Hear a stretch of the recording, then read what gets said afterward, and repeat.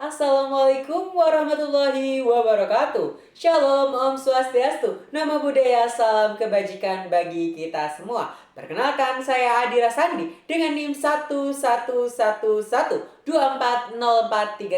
dari Fakultas Hukum Universitas Sultan Ageng Tirtayasa kelas 3B. Kali ini saya akan menjelaskan mengenai hukum internasional sebagai tugas pertama saya tentang mata kuliah hukum internasional itu sendiri. Jauh sebelum itu, izinkan saya mendefinisikan apa itu pengertian dari hukum internasional. Hukum internasional adalah hukum ataupun segenap peraturan yang mengatur hubungan antar negara di dunia dengan subjek hukum internasional lainnya.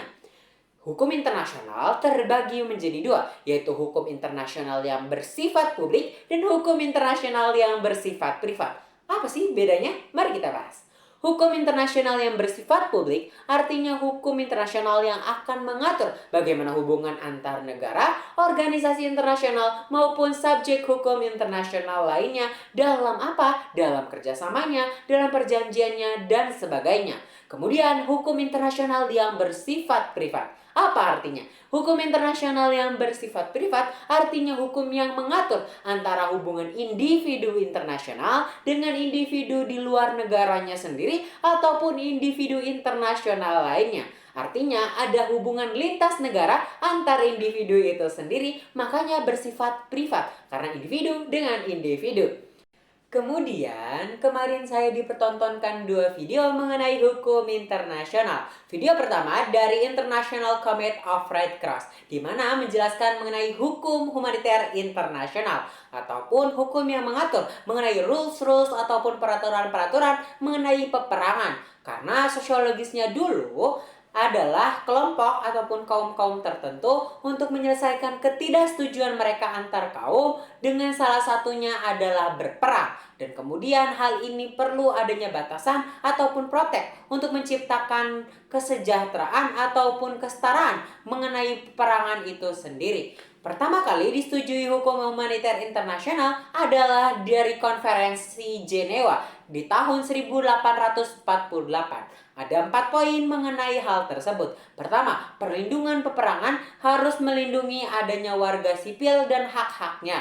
Yang kemudian yang kedua adalah perlindungan terhadap tahanan perang, yaitu dengan memberi makan secara humanis. Yang ketiga adalah protek kepada yang terluka maupun yang sakit dalam peperangan. Dalam hal ini adalah tenaga medis. Yang kemudian yang keempat ada perlindungan bagaimana adanya batasan dari limit of warfare itu sendiri. Peperangannya tidak boleh melebihi batas. Batasnya seperti apa? Batasnya misalkan negara ataupun kelompok tertentu menyerang negara lain dengan ketidaksetaraan dalam hal teknologi misalkan, ataupun dari senjata perangnya, sehingga kerugian yang ditimbulkan di satu negara ataupun kelompok tertentu lebih besar karena ketidaksetaraan itu tadi. Kemudian video yang kedua adalah video mengenai perbedaan antara ICC, ICC, dan ICJ. Apa sih perbedaannya dan apa sih sebenarnya tujuan dari kedua lembaga itu? Mari kita jelaskan. Pertama, video tersebut menjelaskan mengenai hukum internasional itu sendiri bekerja dan kemudian menjelaskan adanya mahkamah internasional dan mahkamah pidana internasional. Apa perbedaan di antaranya? Pertama, mengenai ICJ, International Court of Justice atau Mahkamah Internasional yang dinaungi oleh PBB. Yaitu sekarang ada Dewan Keamanan 5 negara. Pertama Rusia, Cina, Amerika, Inggris, dan Prancis. 5 negara tersebut menjadi Dewan Keamanan dari PBB. Dan kemudian mereka akan menyelesaikan masalah apa sebenarnya? Masalah sengketa dari antar negara dan kemudian adalah bagaimana mereka memberikan nasihat kepada negara-negara yang sedang berkonflik ataupun bersengketa. Contohnya adalah negara Uganda dengan Republic of Congo. Di mana dalam hal ini akhirnya ada ganti rugi yang menjelaskan bahwa ICJ menjatuhi ganti rugi untuk permasalahan ini sehingga terjadinya keamanan internasional itu sendiri. Contoh lainnya menyelesaikan pelanggaran perjanjian, sengketa perbatasan, dan sengketa konflik maritim lainnya. Itu artinya ICJ menjadi wadah untuk anggota-anggota PBB yang sedang bersengketa untuk menyelesaikan sengketa tersebut. Kemudian ada ICC atau ICC, International Criminal Court. Dalam hal ini, fokus mereka adalah menyelesaikan sengketa yang bersifat individu terhadap kejahatan internasional. Contohnya, kejahatan perang, genosida, dan kejahatan kemanusiaan lainnya. Fokusnya mengadili individu. Itu perbedaannya. Kalau ICJ mengenai antar negara ataupun dua negara, kemudian kalau ICC itu berhubungan dengan individu internasional yang melakukan kejahatan atau pidana internasional. Di ICC hanya berfokus pada negara-negara yang meratifikasi adanya Statuta Roma 1999. Maka dari itu, sekian video saya mengenai hukum internasional.